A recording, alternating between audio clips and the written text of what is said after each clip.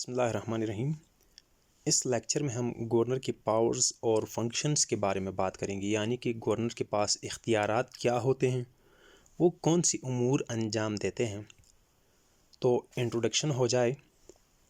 Governor is the head of the provincial administration, یعنی کہ governor جو ہوتا ہے وہ صوبائی ایڈمنسٹریشن کا سربراہ ہوتا ہے۔ He has all executive powers which he exercises in his own discretion or on the advice of the chief minister. اس کے پاس ایگزیکٹو پاورز ہوتے ہیں جو کہ اپنی صوابدید پہ وہ استعمال کرتا ہے یا پھر چیف منسٹر یعنی کہ وزیر اعلیٰ کی ہدایت کے مطابق وہ اپنے اختیارات استعمال کرتا ہے۔ Under 18th Amendment, a balance has been maintained in the powers of the governor and the CM.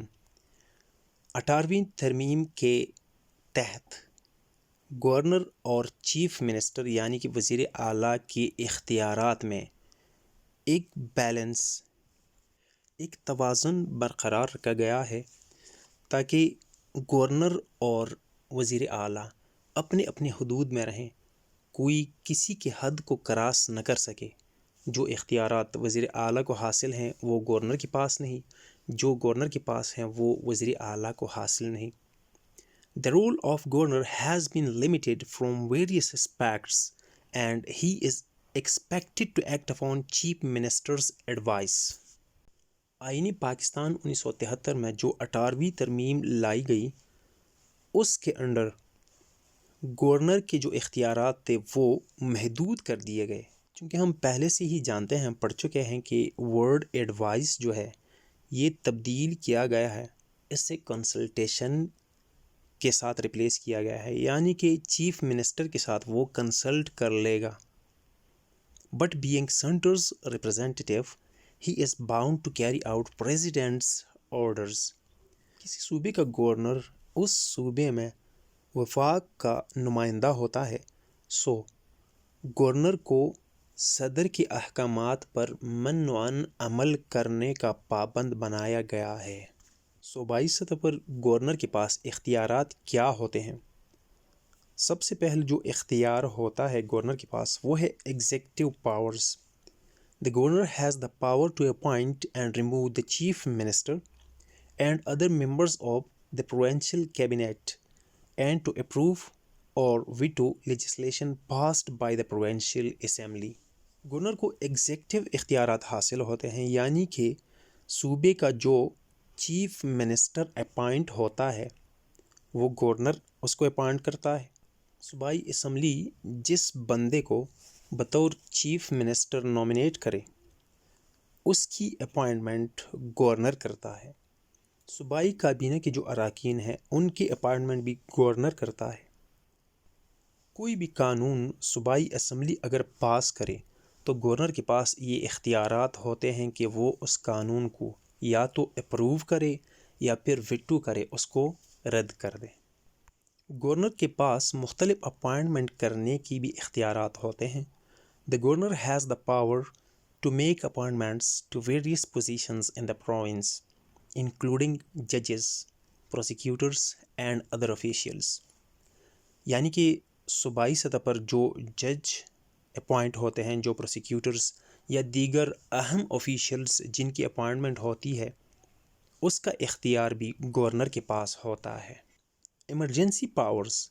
In the event of a state of emergency in the province, the governor has the power to take necessary measures to restore order and security. صوبے میں اگر emergency کی صورتحال پیدا ہو جائے تو governor کے پاس یہ اختیارات ہوتے ہیں کہ وہ اپنی صوابدید پہ جیسے جیسے اقدامات لازمی سمجھے تاکہ آرڈرز اور سیکیورٹی کی صورتحال قابو میں آ سکے، برقرار رہ سکے، اس کو اختیار حاصل ہوتا ہے کہ وہ ویسے اقدامات اٹھائے۔ Financial powers. The governor has the power to approve the provincial budget and to ensure that the province's finances are managed in a responsible and transparent manner. Governor کے پاس یہ اختیار ہوتا ہے کہ وہ صوبائی بجٹ کو اپروو کرے اور وہ ضروری اقدامات اٹھائے جس کے نتیجے میں صوبے کے اندر فائنینشیل جو امور ہیں، مالیاتی جو امور ہیں، وہ ذمہ دارانہ طور پر اور ٹرانسپیرنٹ طور پر، شفاف طور پر انجام دیے جا سکیں۔ Representation: the governor represents the president of Pakistan in the province. Governor جو ہوتا ہے وہ اپنے صوبے کے اندر پاکستان کے صدر کا ریپریزنٹیٹیو ہوتا ہے، اس کا نمائندہ ہوتا ہے۔ And acts as a liaison between the provincial and federal governments. Governor صوبائی اور وفاقی حکومتوں کے درمیان اتحاد، ارتباط، رابطے کا ذریعہ ہوتا ہے۔ Advisory role: The governor has the power to advise the chief minister and the provincial government on important matters and to provide guidance on the implementation of government policies. Governor کو یہ اختیار حاصل ہوتا ہے کہ وہ صوبے کے وزیر اعلیٰ کو اور دیگر جو ارکان حکومت ہیں انہیں صوبائی حکومت چلانے کے لیے مختلف اہم امور میں ہدایت دے سکے، ایڈوائس دے سکے، ان کی رہنمائی کر سکیں تاکہ وہ حکومت کے مختلف پالیسیز بہترین طریقے سے امپلیمنٹ کر سکیں۔ انکلوژن کے طور پر ہم کہہ سکتے ہیں کہ صوبے کے اندر گورنر کو وہ اختیارات حاصل ہوتے ہیں جو اختیارات ملک کے اندر صدر مملکت کو حاصل ہوتے ہیں، کیونکہ گورنر صدر کی طرف سے اس مخصوص صوبے میں وہ نمائندہ ہوتا ہے جس صوبے میں وہ اپنی ڈیوٹی سر انجام دے رہا ہوتا ہے۔